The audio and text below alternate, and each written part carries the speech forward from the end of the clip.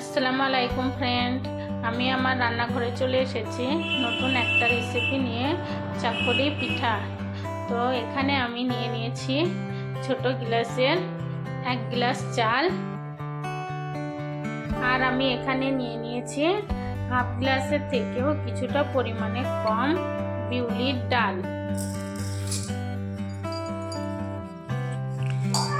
এটাকে আমি খুব ভালো করে মিশিয়ে নেব।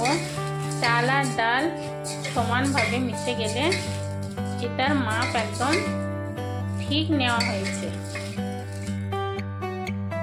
দেখুন, চাল আর ডাল খুব ভালোভাবে মিশে গেছে।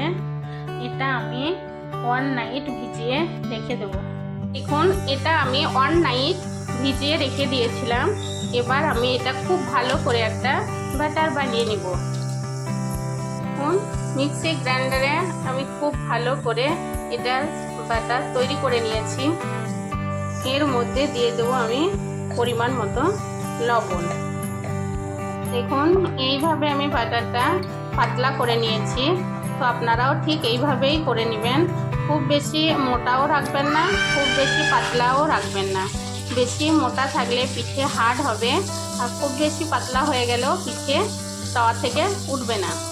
প্রথমে আপনারা একটা পিঠে তাওয়াতে দিয়ে দেখবেন, যদি পিঠেটা একটু হার্ড হয় তাহলে এর মধ্যে আপনারা আর একটু পানি অ্যাড করবেন। এখানে আমি নর্মাল পানি অ্যাড করেছি।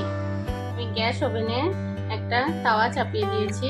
তো এটাকে আমি ভালো করে অয়েল ব্রাশ করে নিয়েছি। এবার এর মধ্যে আমি বাটারটা একটু দিয়ে দিব।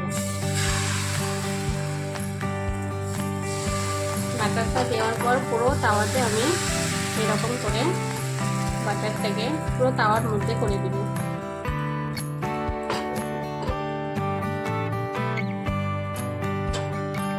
এটাকে আমি কিছুক্ষণ টাইম হতে দিব। দেখুন, পিঠেটা আমার হয়ে গেছে। এবার আমি পিঠেটাকে এরকম করে তুলে রেখে দিব।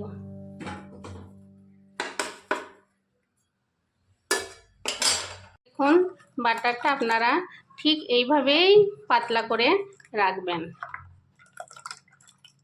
তাওয়াটাকে আমি আবারও অয়েল ব্রাশ করে নিয়েছি। তো আপনাদেরকে আমি আবারও আর একটা পিঠে বানিয়ে দেখাচ্ছি। তাওয়ার মধ্যে আমি আবারও বাটার দিয়ে দিচ্ছি। বাটারটাকে পুরো তাওয়ার মধ্যে আমি ছিটিয়ে দিব।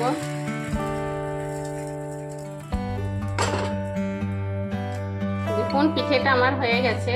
তো আবারও আমি ঠিক এরকম করে পিঠেগুলো সব পিঠেটা তুলে রেখে দিব। দেখুন, আবারও আমি আর একটা পিঠে বানিয়ে দেখাচ্ছি আপনাদের।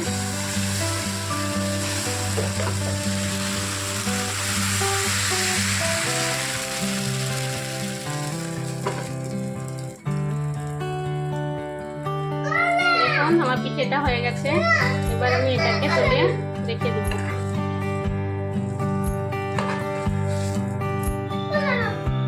সকালের ব্রেকফাস্ট আমার পুরো কমপ্লিট হয়ে গেছে। তো আপনারাও বাড়িতে একবার অবশ্যই এই চাকলি পিঠা বানিয়ে দেখবেন। আপনাদেরও খেতে খুবই ভালো লাগবে। কমেন্ট করে জানাবেন আপনাদের কেমন লাগলো। আর আমার এই রেসিপি আপনাদের ভালো লাগলে আমার চ্যানেলটিকে প্লিজ সাবস্ক্রাইব করে দেবেন, আর বেশি বেশি করে লাইক আর শেয়ার করবেন। খুদা হাফেজ।